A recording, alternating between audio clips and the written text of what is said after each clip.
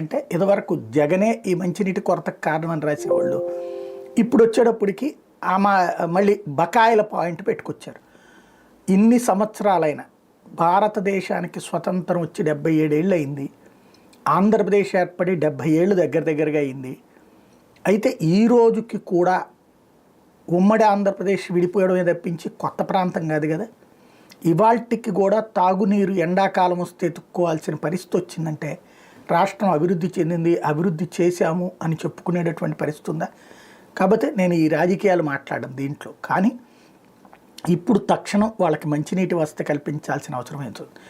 ఇన్ని సంవత్సరాల్లో కూడా అనంతపురం కావచ్చు, కడప కావచ్చు, కర్నూలు కావచ్చు, చిత్తూరు కావచ్చు, పల్నాడు కావచ్చు, ప్రకాశం కావచ్చు, అలాగే కృష్ణా జిల్లాలోని వినుకొండ ఆ ఏరియాలు కావచ్చు, ఇవన్నీ ఇదే కృష్ణా జిల్లాలో విస్సనపేట ఆ ఏరియాలు కావచ్చు, అంటే మెట్ట ప్రాంతాలు. కృష్ణా జిల్లాలో కూడా నీళ్ళు అందే ప్రాంతం పరిమితంగానే ఉంది.